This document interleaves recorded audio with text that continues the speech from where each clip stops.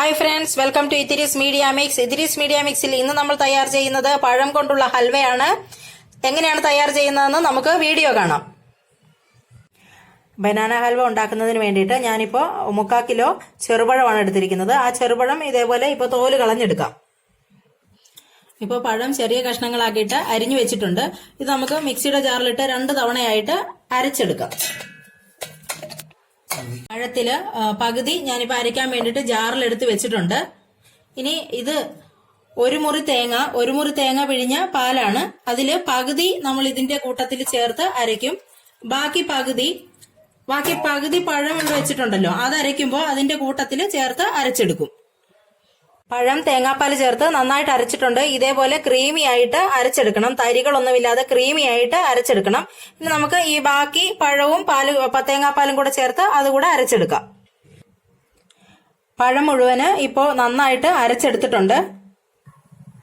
കടായി അടുപ്പത്ത് വെച്ചിട്ടുണ്ട്. ഇനി നമുക്ക് കടായിയിൽ അത് ചൂടായിട്ടുണ്ട്. 4 സ്പൂൺ നെയ്യ് ചേർക്കാം. ഈ നെയ്യിൽ നമുക്ക് കുറച്ച് അണ്ടിപ്പരിപ്പും കിസ്മിസും കൂടെ ചെറുതായിട്ടൊന്ന് ചൂടാക്കി എടുക്കാം. ഇത് കളറൊന്നും മാറരുത്, ചെറുതായിട്ട് ചൂടാക്കി എടുത്താൽ മതി. ഇനി നമുക്കിത് കോരിയെടുത്ത് മാറ്റി വയ്ക്കാം. നമ്മുടെ ബാക്കി വന്നിരിക്കുന്ന ഈ നെയ്ക്കകത്തേക്ക് നമ്മൾ നേരത്തെ അരച്ചു വെച്ചിരിക്കുന്ന പഴം ഉണ്ടല്ലോ, അത് ചേർത്ത് കൊടുക്കാം.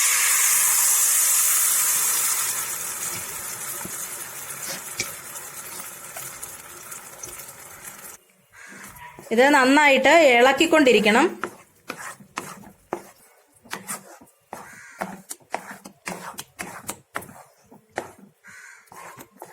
ഇത് നന്നായിട്ട് ഇളക്കി തിക്കായി വരുന്നത് വരെ ഇളക്കിക്കൊണ്ടിരിക്കണം.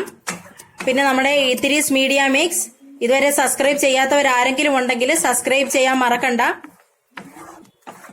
ഇതിപ്പോ നന്നായിട്ട് തിക്കായിട്ട് വരേണ്ടതുണ്ട്. അപ്പൊ ആ സമയം കൊണ്ട് നമുക്കിതിൽ ചേർക്കാനുള്ള ശർക്കര പാനി ആക്കിയെടുക്കാം. ശർക്കര പാനി ആക്കുന്നതിന് വേണ്ടിയിട്ട് 300 ഗ്രാം ശർക്കര അത് ചെറുതായിട്ട് പൊടിച്ചെടുത്തിട്ടുണ്ട്. ഇനി അതിനകത്തേക്ക് നമുക്ക് 1/2 കപ്പ് വെള്ളം ഒഴിച്ച് അത് പാനിയാക്കിയെടുക്കാം. ശർക്കര പാനിയാക്കുന്നതിന് വേണ്ടിയിട്ട് വെച്ചിട്ടുണ്ട്. പൊടിച്ച് ഇതിനകത്ത് വെള്ളമൊക്കെ ചേർത്ത് വെച്ചിട്ടുണ്ട്. ഇനി അത് നമുക്ക് പാനിയാകുന്നത് വരെ ഇടയ്ക്കൊന്ന് ഇളക്കി കൊടുത്തോണ്ടിരിക്കാം. ഇപ്പോൾ നമ്മുടെ ശർക്കര പാനി ആയിട്ടുണ്ട്. ഇനി ഇത് നമുക്ക് അരിച്ചെടുക്കാം. ഇപ്പോൾ നമ്മുടെ പഴം ഹൽവയ്ക്കുള്ള പരുവത്തിൽ നല്ല തിക്കായിട്ടുണ്ട്. ഇനി ഇതിനകത്തേക്ക് നമ്മൾ അരിച്ചു മാറ്റി വെച്ചിരിക്കുന്ന ശർക്കര പാനി ചേർത്ത് കൊടുക്കാം. ശർക്കര പാനി ശർക്കര നല്ല കളർ ഉള്ളതാണെങ്കിൽ ഹൽവയ്ക്ക് നല്ല കളർ കിട്ടും. ഇനി ഇതിനകത്തേക്ക് നമുക്കൊരല്പം ഉപ്പ് ചേർത്ത് കൊടുക്കാം, കാരണം ടേസ്റ്റ് ബാലൻസ് ആകും. ഇനി ഇത് നന്നായിട്ട് ഇളക്കി തിക്കാക്കി എടുക്കാം.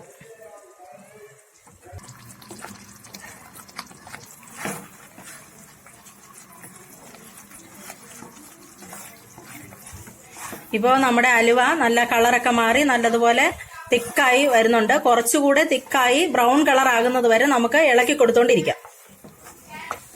ഇതിലേക്ക് നമുക്കിപ്പോ 2 സ്പൂൺ നെയ്യ് ചേർത്ത് കൊടുക്കാം.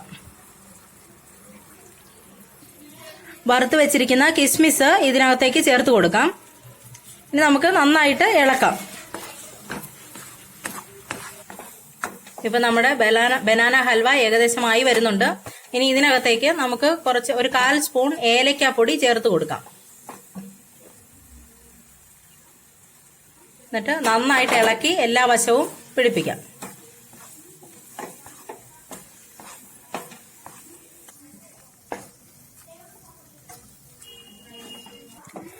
ഇപ്പോൾ നമ്മുടെ ഹലുവയുടെ കൂട്ടൊക്കെ റെഡി ആയിട്ടുണ്ട്. ഇനി നമുക്കിത് ഒരു പാത്രത്തിലേക്ക് സെറ്റ് ചെയ്യാം.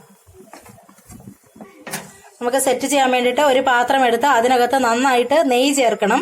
നെയ്യ് തേച്ച് പിടിപ്പിക്കണം. നിങ്ങൾക്ക് ഏത് ഷേപ്പിലാണോ വേണ്ടത് ആ ഷേപ്പിലുള്ള പാത്രം എടുക്കുക. ഞാനിപ്പോൾ ഈ പാത്രമാണ് ഉപയോഗിച്ചിരിക്കുന്നത്. ഇതിനകത്ത് നന്നായിട്ട് നെയ്യൊക്കെ ചേർത്ത് പിടിപ്പിച്ചിട്ടുണ്ട്, തേച്ച് പിടിപ്പിച്ചിട്ടുണ്ട്. ആദ്യം നമുക്ക് ഈ നെയ്യ് ചേർത്ത് വെച്ചിരിക്കുന്ന പാത്രത്തിൽ നമ്മൾ നേരത്തെ വറുത്ത് കോരി വെച്ചിരിക്കുന്ന കാഷ്യൂ നട്ട് സെറ്റ് ചെയ്ത് കൊടുക്കാം. ഇതിലേക്ക് ഒരല്പം വെളുത്ത എള്ള് ഈ പാത്രത്തിൽ മുഴുവൻ എല്ലാ ഭാഗത്തും വീഴുന്നത് പോലെ നമുക്ക് ഇടാം.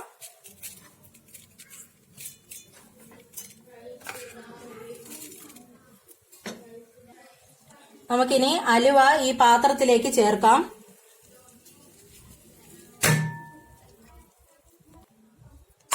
ഇനി നമുക്ക് ഇതിനകത്ത് ഒരു ചുവട് പരന്ന പാത്രം കൊണ്ട് നല്ലതുപോലെ പ്രസ് ചെയ്ത് കൊടുക്കാം. നല്ലതുപോലെ പ്രസ് ചെയ്ത് അതിന് മുകൾ വശമൊക്കെ നല്ലത് നീറ്റാക്കി എടുക്കാം.